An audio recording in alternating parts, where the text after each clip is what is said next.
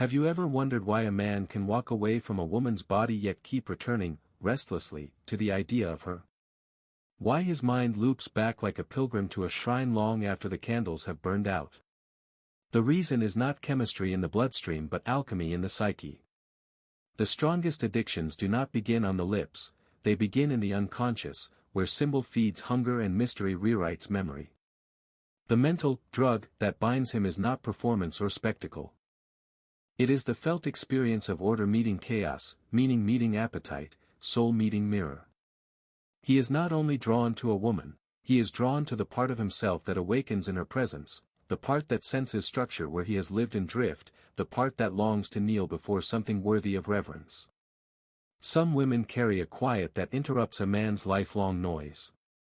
She is not loud, she is lucid. She does not argue for her worth, she wears it like a natural law.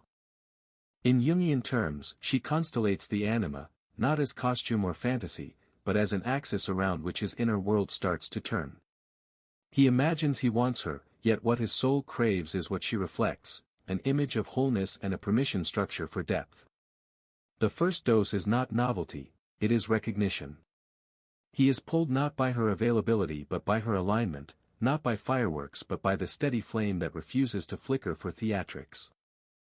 You feel this power when you center your breath, you do not announce value, you emanate it, and the psyche reads that signal like a lighthouse in weather. He tries to decode her with ordinary tactics, speed masquerading as intimacy, attention bartered like currency, intensity deployed to counterfeit closeness. Yet the more he accelerates, the more her pace exposes his panic. She does not reward urgency, she honors rhythm. Boundaries rise like architecture, not barbed wire. She says little, yet everything about her says, ordered. The mind tastes that order like water after years of salt. This is how attraction thickens into fixation, not through manipulative scarcity, but through the relief of coherence. You do not withhold, you weigh. You do not tease, you tend to your time. In that stewardship, he discovers that access is not a right but a right. Inside him, the split grows visible, persona on stage, shadow off stage. Jung called the turn into opposites enantiodromia. The charmer grows suspicious of his own charm, the pursuer hears, beneath his chase, the hollow footsteps of avoidance. The more he performs, the more he is revealed to himself. You know this moment when it arrives, punishment is unnecessary, witness is enough. Your composure becomes both mirror and border. He is drawn because you do not collapse. Compulsion thrives where reflection is refused, with you, reflection is unavoidable. He meets his projections and watches them fall, like masks he forgot he was wearing. What, then, is the drug? It is composure under pressure. It is selective presence. It is silence that refuses to carry his unmade promises. It is feminine receptivity fused with inner governance, the queen and the king seated within the same ribcage. In that interior marriage, interactions become thresholds. He cannot wander in unannounced, he must enter with intention. This is not a trick. It is temple law, and temple law does not negotiate with appetite, it educates it. He learns that desire without direction is merely noise, and that your steadiness is not a challenge to conquer but a cadence to respect. Most women were taught to hold a man by giving more availability, more proof, more forgiveness, until the self is spent like loose change. Yet the psyche bonds to what calibrates it, not to what coddles it. The Stoics knew, attention obeys value. When you govern your time like a scarce resource, you signal reality, not theater. Marcus Aurelius would call it discipline, Jung would call it individuation, a trauma-informed body calls it safety. So you welcome, but you do not chase. You listen, but you do not audition. You receive gestures, but you refuse to translate confusion into poetry. Pace becomes devotion to your life force. He tests, charm, critique, withdrawal, return, and the shadows run out of oxygen against your steady air. Does this make you cold? No. It makes you warm where warmth is earned and firm where firmness protects the sacred. Meaning thickens in careful presence. That is the most intoxicating dose, significance. He realizes that being with you requires being with himself, his delays, his promises, his courage, his avoidance. Your standards are not punishment, they are a curriculum. Under your quiet, he begins to understand that what he longs for is not unlimited access, but permission to grow up. The attachment he cannot shake is not to fantasy, but to the order you midwife inside him, a path back to his center that he first learned at the edge of yours. He circles because meaning pulls harder than novelty. He learned to chase highs that vanish by morning, but presence that does not flinch under scrutiny is a different chemistry. It makes the nervous system exhale. It makes the psyche readjust its furniture. He tastes this when she answers inconsistency with steadiness, when she lets distance do what speeches never accomplish, when she does not escalate to match his storms. The nervous boy in him wants spectacle, the ancient man in him wants a standard. He discovers he is tired of burning and hungry to belong to something that doesn't beg for his attention. That hunger is older than romance, it is a spiritual ache for order and dignity. She does not perform coolness, she embodies consent with her own life. She chooses when to engage and when to let silence carry the message. He learns, sentence by sentence, that intimacy is measured by clarity, not by access. Flattery stops working where discernment lives. Breadcrumbs fail where a woman feeds herself. The old script, deprive, dangle, return, collides with a woman who refuses to be fed by suspense. You understand this terrain, not every call deserves a callback, not every spark deserves oxygen. You honor context. You prize coherence. You are not withholding, you are well-fed, and your fullness is the most disorienting aroma to a man grown addicted to rescue missions. Inside his psyche, the anima is no longer a fantasy projection that demands worship, she becomes a tutor that demands integration. Jung warned that an unintegrated anima seduces rather than civilizes. In your presence, seduction bleeds into sincerity. The inner boy's theatrics are witnessed by the inner father he has not yet grown. That is why he both wants you and resents you. To be with you, he must stop negotiating with his own avoidance. He must admit what he wants and pay for it with consistency. He tries to rush the rite, you slow the ceremony. He tries to buy the bond with promises, you accept only pattern. Pace is not punishment, it is pedagogy. Many confuse boundary with scarcity. But scarcity manipulates, boundary orients. It tells truth. It says, here is the door, here are the hours, here are the conditions under which the sacred stays alive. The temple is open, but not to chaos. When you embody this, you stop being an opponent and become an axis. He either spins around you in obsession or he aligns to you in respect. The choice is his, and the power is yours, because you are not moved by his acceleration. You do not call yourself high value, you simply live as if your days are finite. You treat your energy like an heirloom and not like confetti. In that air, the psyche sobers up. Playboys grow contemplative. Charms lose caffeine. What remains is attention that can work. The Stoic spoke of the inner citadel, the domain of choice that no empire can invade. You fortify yours with ritual. You sleep when you said you would. You go when you meant to go. You ask questions that force daylight. What do you want? What will you do by Friday? What does your word cost you? You do not interrogate, you illuminate. He can either stand inside the light or retreat to the theater. If he retreats, you do not chase his shadow into the alleys of explanation.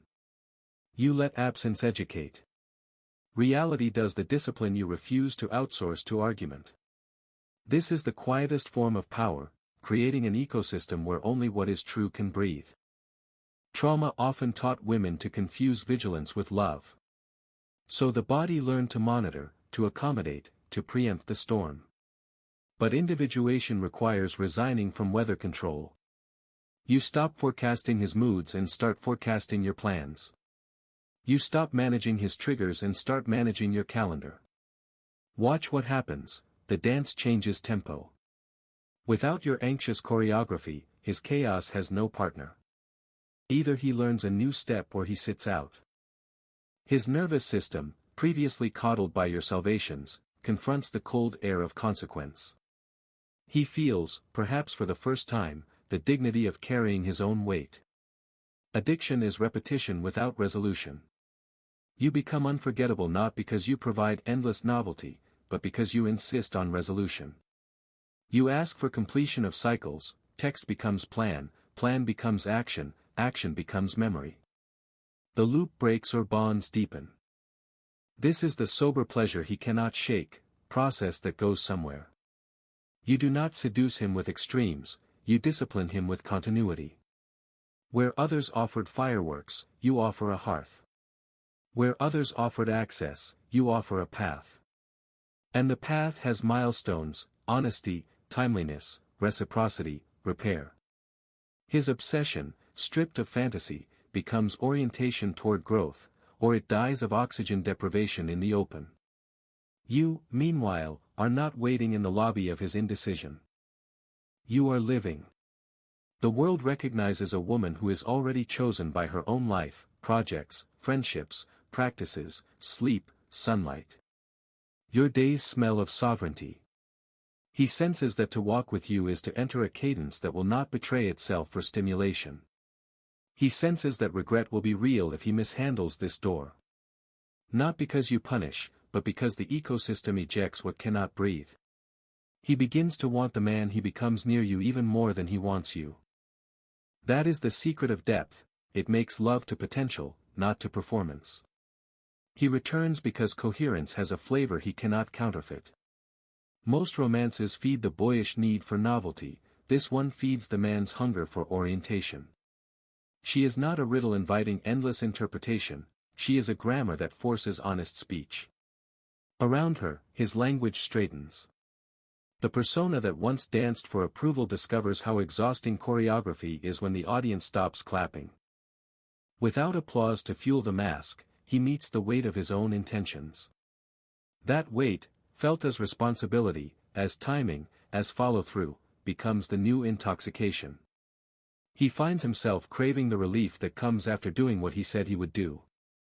The drug evolves, less spike, more steadiness, less glitter, more gravity. The psyche grows loyal to what restores it. You do not play scarcity games, you play reality. Reality has clean edges, call, plan, show up, repair. Where he once sought permission to be inconsistent, he now seeks the privilege of being trusted. Trust, he learns, is not sentimental, it is arithmetic. Deposits, withdrawals, reconciliations. You do not tally with suspicion, you tally with care. And because you keep books, the bond becomes a treasury rather than a carnival. Many will call this boring, his nervous system calls it home. Jung would say the self begins to take the throne where the ego tires of spectacle.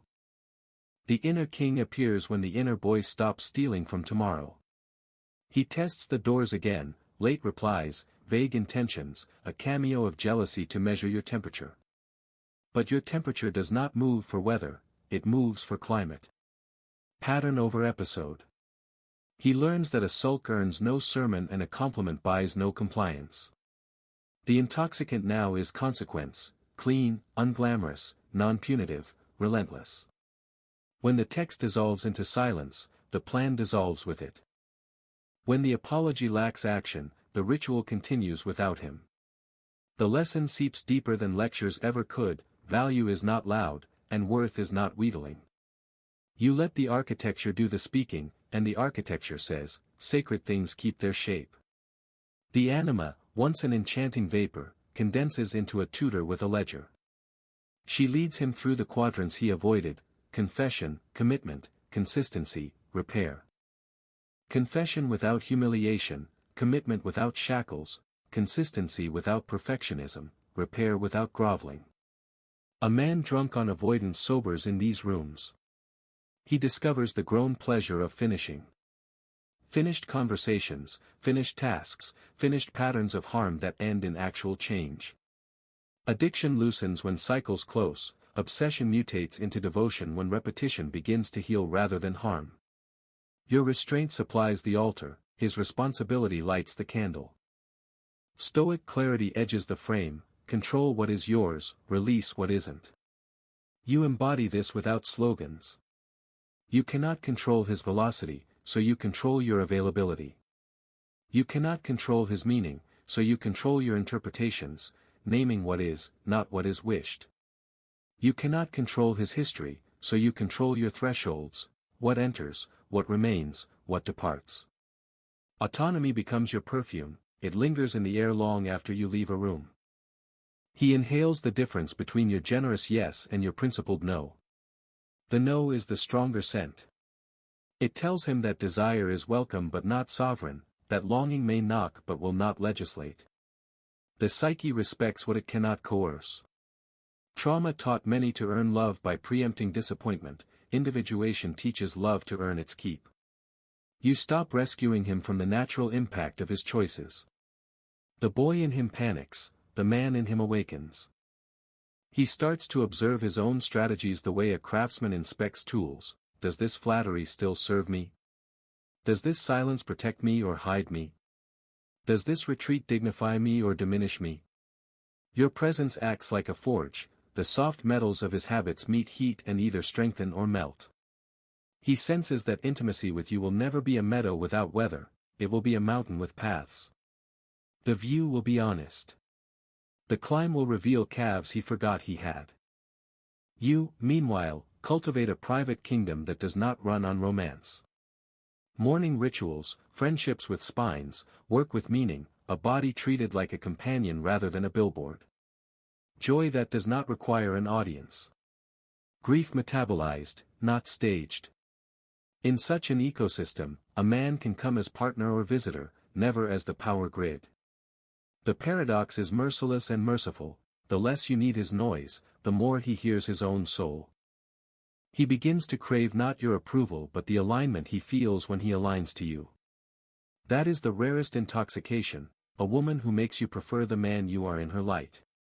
What he once called mystery he now recognizes as mastery, mastery over reactivity, over narrative, over time.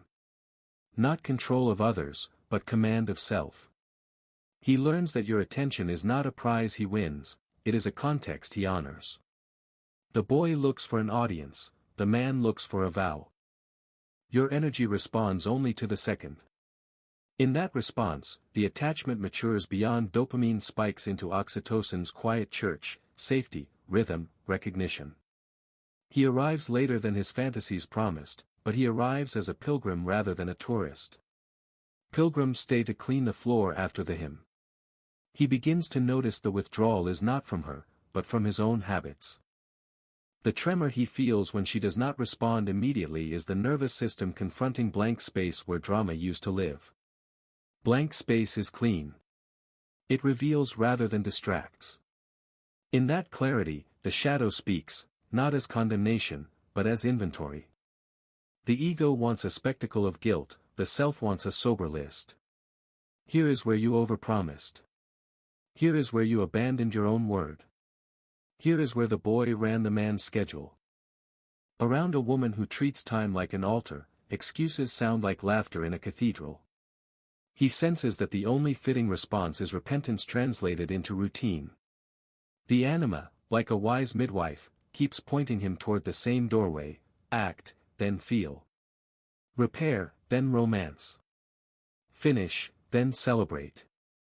She does not punish, she prunes. Responses are precise. Availability is high when integrity is high, low when integrity is low. The message is mathematical, not moralistic. He learns to predict her attention the way sailors learn tides. Predictability sobers him more than affection ever did. He realizes he is being initiated into a different erotic attraction to the regulated, the reliable, the rooted. The body relaxes when the calendar tells the truth. Safety becomes sensual.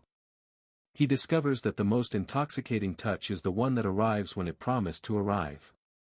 Your discernment refuses future faking. When he paints cathedrals with words, you ask to see a brick. When he promises transformation, you ask for tomorrow's microshift. This is how projection is withdrawn without humiliation, reality requirements. The psyche cannot cling to fantasy under practical light. Jung knew that the anima mediates between ego and self, she is bridge, not stage. In your presence, she becomes a curriculum of integration, tolerate shame without theatrics, tolerate desire without compulsion, tolerate solitude without collapse. You do not soothe his boy each time he cries, you invite his inner father to pick him up. He studies the architecture of your no.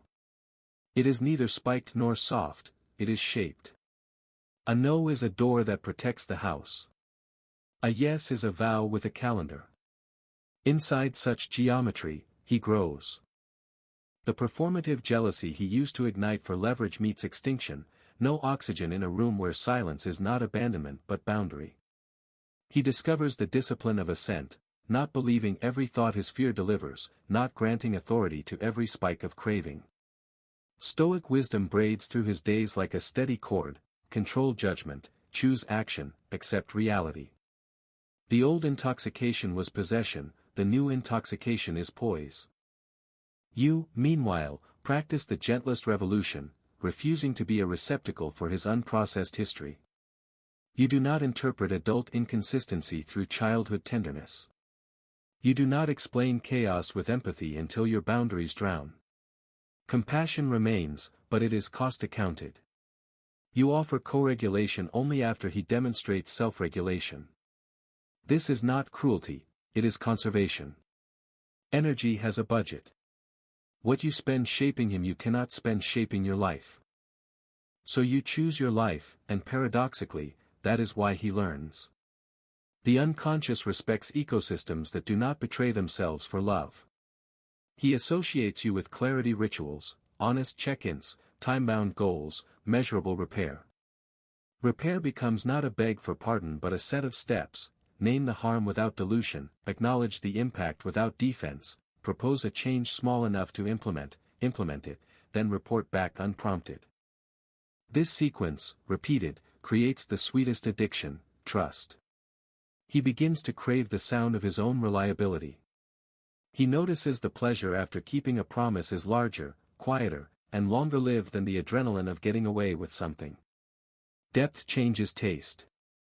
The erotic, once spectacle, becomes sacrament. Touch is slower, speech cleaner, eyes less hungry and more present.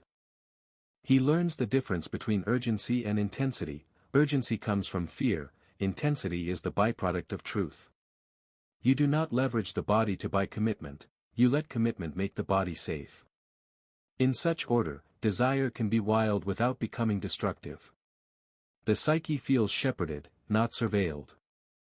This is the drug at its highest dose, a union where both carry their weight, where mystery is not manipulation but meaning, where detachment coexists with tenderness because partnership is a choice renewed, not a void to be filled. Culture glamorizes the counterfeit, scarcity with no standards, drama with no development, charisma with no character. Your presence is a hard correction. Rarity is not your game, integrity is your ecology, and ecologies produce rarity by nature. In a marketplace flooded with noise, silence that signals wholeness becomes luminous. He does not know how to bargain with it. He can only conform to it or walk away. If he leaves, you do not collapse into explanations, you return to your life with a gratitude that you did not sell it for company. If he stays as an apprentice to his own adulthood. And still, you are not made of iron. You laugh freely, love friends fiercely, cry when grief asks to be honored. Warmth is not absent, it is accurate. Encouragement is not missing, it is deserved. Your softness is not a hallway, it is a garden with a gate. He delights in the fruit because he understands the fence. He begins to guard what he loves instead of consuming it. Devotion replaces performance. The mind that once chased highs now chooses horizons. He reaches a threshold where longing for you is indistinguishable from longing for himself. The chase quiets, the inventory deepens. He notices his breath sits lower in his body, his decisions file into single lines, his calendar bears witness to an adult who shows up. Gratitude replaces bargaining. The mind that once hunted for loopholes begins to hunt for chances to be exact. He experiences dignity not as a word but as a weight he can carry, and he prefers the ache of honest effort to the featherlight lie of charm. Your presence has done its work, not making him dependent, but making him dependable to himself. You did not conjure this transformation, you curated conditions where truth could grow. That is the higher feminine, not a script to seduce, but a sanctuary that requires coherence. Your attention never functioned like a spotlight, it was a climate. In that climate, false leaves fell off his branches. Confession found air. Repair found sequence. And you, free from the compulsions of proving and pleasing, felt the mind unclench around the idea of being chosen. You were already chosen, by your disciplines, by your friendships, by your body's simple joys. The most subversive freedom is ordinary, sleep that lands, meals that nourish, work that matters, quiet that is not a punishment but a prayer. Detachments that once felt like losses now feel like refinements. You watch your language soften toward yourself. You are no longer a manager of other people's impulses but a gardener of your interior seasons. The nervous system learns the taste of enough. Enough love inside your own ribcage to stop auditioning. Enough meaning in your day to stop bargaining with chaos for excitement. Enough trust in your pace to stop using panic as proof. The trauma-trained reflex to overgive loosens its grip, replaced by the sober tenderness of choice. You bless what is aligned, you release what is not, without ceremony and without contempt. When he falters, and all humans do, you do not crown catastrophe nor canonize disappointment. You practice the mercy of truth. Can he name it? Can he amend it? Can he repeat the amendment without applause? If yes, intimacy expands. If no, the temple doors return to stillness. There is no revenge in this, only reality. Your soul no longer interprets inconsistency as a puzzle to solve. You let consequence complete its sentence. You let grief have a chair at the table until it is fed and leaves. Freedom is not the absence of feeling, it is the absence of compulsion to betray yourself when feeling is loud. Rebirth in this language is unglamorous, clean floors, kept promises, calendars that match claims, a heart that can afford to be soft because the gates work. You do not glow because a man finally chose you, you glow because self-abandonment retired. The animating symbol within you, the sovereign who refuses to barter her standards for attention, stays enthroned. Jung called it individuation, the slow wedding of all the fragmented parts.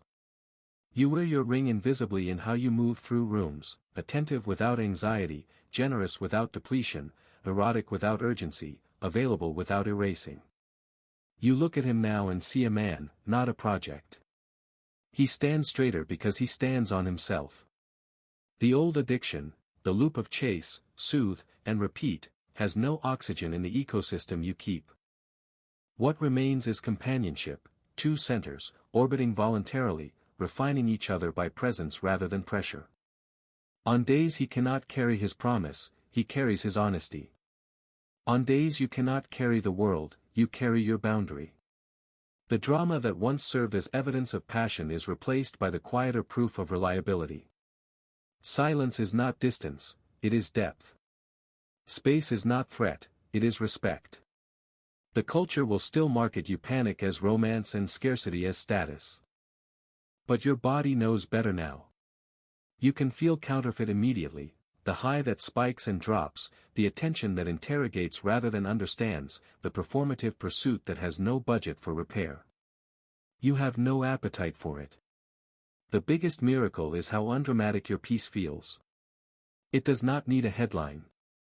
It is a small, steady animal that sleeps at your feet because it trusts your house. Whether he remains or goes, the center holds. If he stays, it is as a free man who chooses the path that makes him honorable. If he leaves, the blessing is mutual clarity. You do not shrink to keep anyone near, and you do not swell to fill anyone's absence. You have become the author of your attention, the steward of your rituals, the emissary of your soul's simple laws. This is the true intoxicant he cannot forget, the fragrance of a life that will not betray itself to be adored. You walk forward lighter. You bless what is complete and you bless what continues. You keep faith with the child within who was taught to hustle for crumbs, and you feed her a feast of order and rest. When you open your door, it is not for a rescuer or a witness, it is for a companion who understands the terms of wonder. Love, in this clean air, is not a sacrifice of self but a celebration of two selves that know how to stay. She doesn't beg to be kept, she chooses who is welcome.